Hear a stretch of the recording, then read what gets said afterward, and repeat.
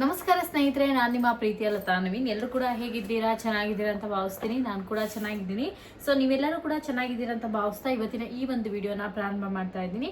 First time ನನ್ನ channel ನೋಡ್ತಾ ಇದ್ರೆ ತಪ್ಪದೆ ಹೋಗಿ ಸಬ್ಸ್ಕ್ರೈಬ್ ಮಾಡ್ಕೊಳ್ಳಿ. ವಿಡಿಯೋ ಇಷ್ಟ ಆದಲ್ಲಿ ಲೈಕ್ ಮಾಡಿ, ಶೇರ್ ಮಾಡಿ, ಹಾಗೆ ನನ್ನ ಚಾನಲ್ನ ಸಪೋರ್ಟ್ ಮಾಡಿ ಅಂತ ಕೇಳ್ತಾ ಇವತ್ತಿನ ಈ ಒಂದು ವಿಡಿಯೋನ ಪ್ರಾರಂಭ ಮಾಡ್ತಾ ಇದ್ದೀನಿ. ಸ್ನೇಹಿತರೆ, ಇವತ್ತು ನಾನು ನಿಮಗೆ ಹೇಳ್ತಿರುವಂಥ ವಿಚಾರ, ಗೃಹಲಕ್ಷ್ಮಿ ಯೋಜನೆ 2,000 ಹಣ ಖಾತೆಗೆ ಜಮಾ ಆಗಿದೆ. ಸೊ ತುಂಬಾ ಜನರ ಖಾತೆಗೆ 2,000 ಬಂದಿರೋದು 100% ನಿಜ. ಸೊ ಯಾರ್ಯಾರಿಗೆ ಬಂದಿದೆ ಅಂತ ಈ ಹಿಂದಿನ ವಿಡಿಯೋದಲ್ಲೂ ಕೂಡ ನಾನು ತಿಳಿಸ್ಕೊಟ್ಟಿದ್ದೀನಿ. ಇನ್ನೊಂದ್ಸರಿ ಕ್ಲಾರಿಟಿಯಾಗಿ ವಿಡಿಯೋನ ಕೊಡ್ತೀನಿ. ಹಾಗೇನೆ ನಿಮ್ಮೆಲ್ಲರಿಗೂ ಕೂಡ ಗೊತ್ತು, ಚುನಾವಣಾ ಅಧಿಕಾರಿಗಳು ಬರ್ತಾರೆ, ಒಂದು ಫಾರಮ್ನ ಕೊಡ್ತಾರೆ ಅಂತ ಕೂಡ ನಾನು ನಿಮ್ಗೆ ಹೇಳಿದ್ದೆ. ಸೊ ನೋಡ್ಬೋದು, ಇದೇ ರೀತಿ ಇರುತ್ತೆ ಫಾರಮು. ಒಂದೇ ಫಾರಮ್ನ 2 ಭಾಗದಲ್ಲಿ ಕೊಡುವಂಥದ್ದು. ಸೊ ಇದೆರಡೂ ಕೂಡ ಒಂದೇ ಫಾರಂ ಆಗಿರುತ್ತೆ. ಯಾರ್ದು ಚುನಾವಣಾ ಅಧಿಕಾರಿ ಕಾರ್ಡಲ್ಲಿ ಕೊಟ್ಟಿರ್ತಾರೋ ಅದು ಮಾತ್ರ. ಈಗ ನೋಡ್ಬೋದು, ಸೊ ಇಲ್ಲಿ ನನ್ನ ಫೋಟೋನೇ ಇರುವಂಥದ್ದು. ನೀವು ಗಮನಿಸ್ತಾ ಇರ್ಬೋದು, ಕಾಣ್ತಾ ಇದೆ ಅನ್ಕೊಂತೀನಿ. ಇದು ನನ್ನ ಅಡ್ರೆಸ್ ಆಗಿರುತ್ತೆ. ಸೊ ಈ ಚುನಾವಣಾ ಅಧಿಕಾರಿಗಳು ಮನೆ ಮನೆ ಬಾಗಿಲಿಗೆ ಬಂದು ಈ ಒಂದು ಫಾರಮ್ನ ಕೊಡ್ತಾರೆ.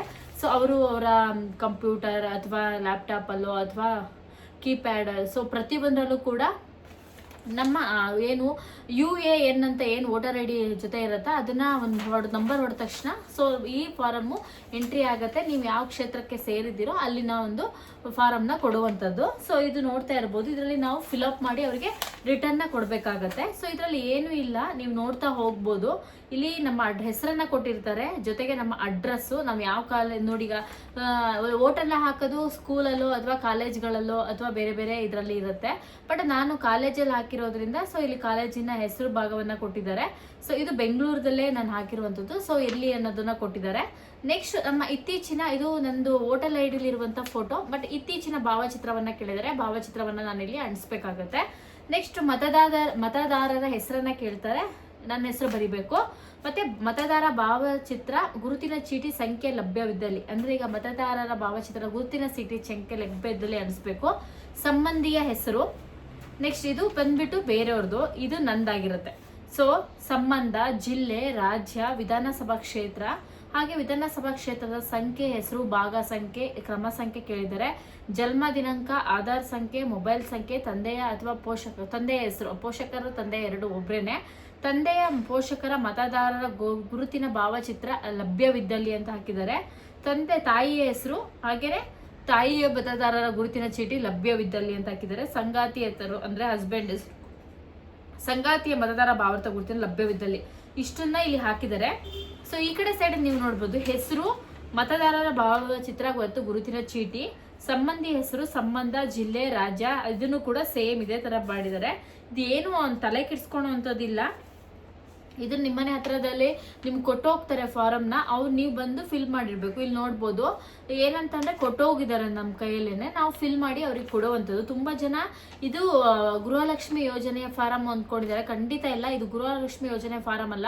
ಭಾರತ ಚುನಾವಣಾ ಆಯೋಗ ಗಣತಿ ನಮೂನೆ ಅಂತ ಇಲ್ಲಿ ಬರ್ದಿದ್ದಾರೆ. ಸೊ ನೀವು ನೋಡ್ಬೋದು, ನೇಮ್ ಅಂಡ್ ಕಾಂಟ್ಯಾಕ್ಟ್ BLO ಅಂತ ಹಾಕಿ ಇಲ್ಲಿ ಬರ್ದಿದ್ದಾರೆ. ಸೊ ಇವರು BLO ಯಾರು, ಅವ್ರ ಹೆಸರನ್ನ ಇಲ್ಲಿ ಬರ್ದಿದ್ದಾರೆ. ನನಗೆ ಯಾರು BLO ಆಫೀಸರ್ ಬಂದಿದ್ರು ಅವ್ರ ಹೆಸರನ್ನ ಇಲ್ಲಿ ಬರ್ದಿದ್ದಾರೆ. ಸೊ ಇದಿಷ್ಟು ಅದು. ನೀವು ಸುಮ್ಮನೆ ತುಂಬಾ ಜನ ಇದು ಗೃಹಲಕ್ಷ್ಮಿ ಯೋಜನೆ ಇದು ಅಂತ ಹೇಳ್ಬಿಟ್ಟು ಫಾರಮ್ನ ಫಿಲ್ ಮಾಡಿ ಬ್ಯಾಂಗ್ಳೂರಿಗೆ ಹೋಗಿ ಕೊಡ್ತಾ ಇದ್ದೀರಾ. ಖಂಡಿತ ಇಲ್ಲ, ಇದನ್ನು ಕೊಡಕ್ ಹೋಗ್ಬೇಡಿ. ನಿಮ್ಮನೆ ಹತ್ರನೇ BLO ಅಧಿಕಾರಿಗಳು ಬಂದು ಕಲೆಕ್ಟ್ ಮಾಡ್ತಾರೆ. ಕೆಲವೊಂದ್ ಕಡೆಯಲ್ಲಿ ಅವರೇ ಬರ್ಕೊಂಡು ಹೋಗ್ತಾ ಇದ್ದಾರೆ, ಕೆಲವೊಂದ್ ಕಡೆಯಲ್ಲಿ ಬಂದು ಕಲೆಕ್ಟ್ ಮಾಡ್ಕೊತಾ ಇದ್ದಾರೆ.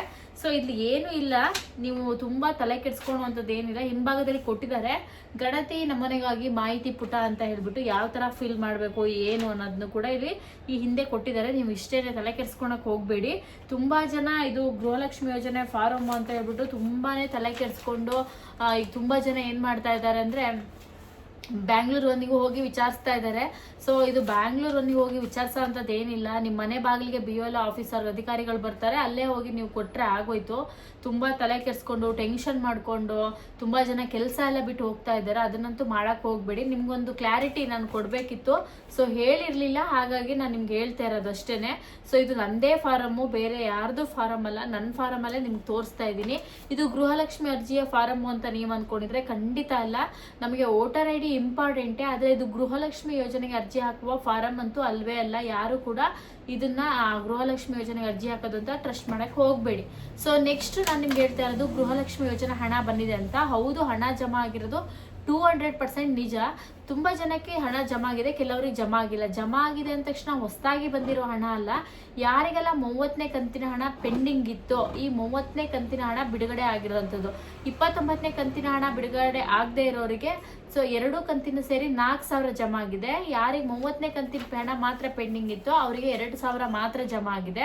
ಇನ್ನೂ ಕೂಡ 31, 32 ಕಂತಿನ ಹಣ ಪೆಂಡಿಂಗ್ ಇದೆ, ಇನ್ನು ಯಾರಿಗೂ ಕೂಡ ಜಮಾ ಆಗಿಲ್ಲ. ಸರ್ಕಾರ ಈ ಚುನಾವಣಾ ಏನು BLO ಅಧಿಕಾರಿಗಳು ಮನೆ ಮನೆಗೆ ಭೇಟಿ ನೀಡಿ ಚುನಾವಣಾ ಒಂದು ಆಯೋಗವನ್ನ ಸ್ಟಾರ್ಟ್ ಮಾಡಿದೆ ಗಣತಿ ಅಂತ. ಇದು ಕಂಪ್ಲೀಟ್ ಆಗೋ ತನಕ ಹಣ ಬಿಡುಗಡೆ ಮಾಡತ್ತಾ ಅನ್ನೋದೇ ಡೌಟ್ ಆಗಿದೆ. ಯಾಕೆ ಅಂದ್ರೆ ಸರ್ಕಾರ ಈ ಹಿಂದೆ ಕೂಡ ಹೇಳಿತ್ತು ನನಗೆ ಏನಂತ ಅಂದ್ರೆ ಯಾರೆಲ್ಲ ಚುನಾವಣಾ ಅಧಿಕಾರಿ ಅಂದ್ರೆ ಈಗ ವೋಟರ್ ID ಇರುತ್ತೋ ಅವ್ರಿಗೆ ಮಾತ್ರ ಗೃಹಲಕ್ಷ್ಮಿ ಯೋಜನೆ ಹಣ ಕೊಡ್ತೀನಿ ಅಂತ. ಅದೇ ತರ ಕ್ಲಾರಿಟಿ ತಗೊಳಕ್ ಹೋದ್ರೆ ಡೆಫಿನೆಟ್ಲಿ ಆಗಿ ಸದ್ಯದಲ್ಲಿ ಹಣ ಜಮಾ ಆಗಲ್ಲ.